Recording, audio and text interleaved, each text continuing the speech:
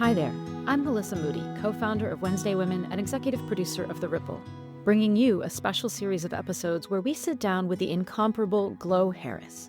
Glo has spent decades coaching and mentoring leaders at the world's most iconic companies, Google, Facebook, McKinsey, LinkedIn, Atlassian, Amex. And she's been kind enough to share with us the perfect mix of therapy-infused depth and executive insight. Her candid wisdom hits home on every level: how we work, how we lead, and how we show up for the people we love. So if you're looking to grow as a leader and as a human, come join me and let's get real with Glo. In this third episode with Glo, we're unpacking executive presence, not as a look, but as an energy, and what it really means to hold a room. It's a phrase that's thrown around constantly in leadership circles. It often creates quite a debate. So let's hear Glo's take on the term executive presence, shall we? Well, a coach, a therapist, needs to very much help the woman or the man sitting in front of them to define that term for themselves. What does it look like to you when somebody walks in the room and you say, whoa, that person is holding the space. That person, I'm attracted to that person. There's something about their energy. There's something about their charisma. There's something about the way they move in the world, their posture, their haircut, their clothing. All of those kinds of things make a first impression on all of us. I mean, what all of us see in the first 5 minutes with another human being is how they look, how they carry themselves, what energy field you feel like you're in, how are they dressed, how well do they take care of themselves, what space do they occupy in the room. Those are the first judgments we make about anybody. And we all do it. We say we try to be non-judgmental, but we all do that.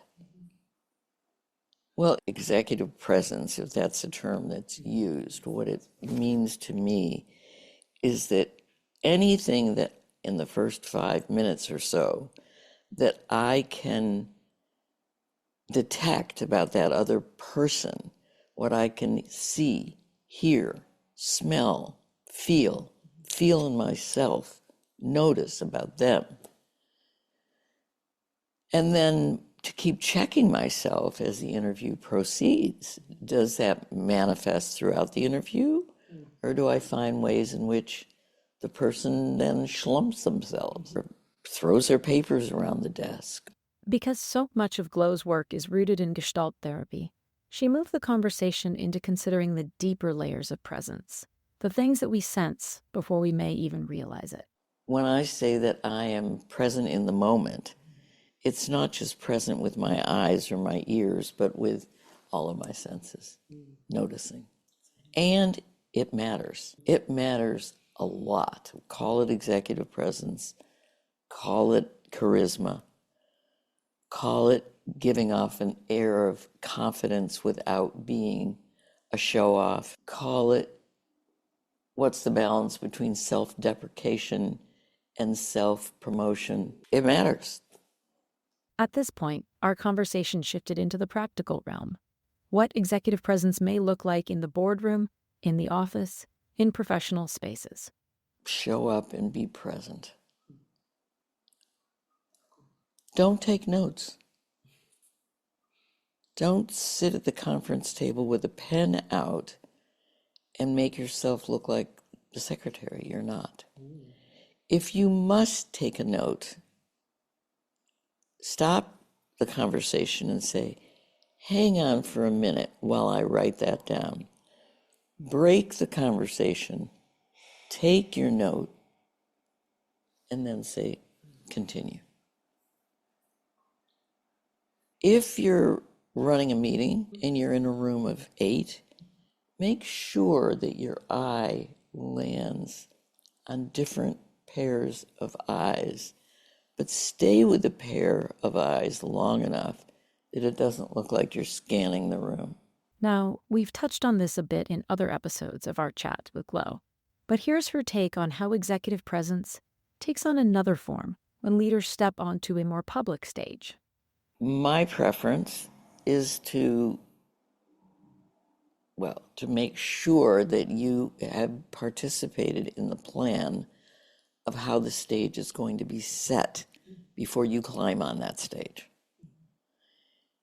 My preference is that you work without a lectern, that you don't get stuck behind a lectern, that you have a mic that you walk around with, that you walk very slowly and deliberately. You don't want to be dancing about the stage. That every word that you say lands on a pair of eyes, whether you're talking to 1,000 people or 50 people or 10 people. Make sure that every word lands on a pair of eyes. If you must have notes, use index cards that have just words on them to remind you of the next tranche of ideas. If you're using slides, less is more. Have very, very little on each slide. People do not remember anything that you say about graphs and charts and numbers. The only thing people really remember about you being on stage is your presence, how you looked, how you sounded, how you moved, and the stories, how you make them feel. So the stories that you tell. The content is forgotten as soon as you said it. Thanks for tuning in today, and don't miss the rest of our series with Glo, in which she gives real talk answers to the questions you're probably already asking. If you enjoyed the show, please consider leaving us a rating that will help reach more listeners. And be sure to listen to other full episodes of The Ripple, spotlighting the stories and success of extraordinary executive women every week.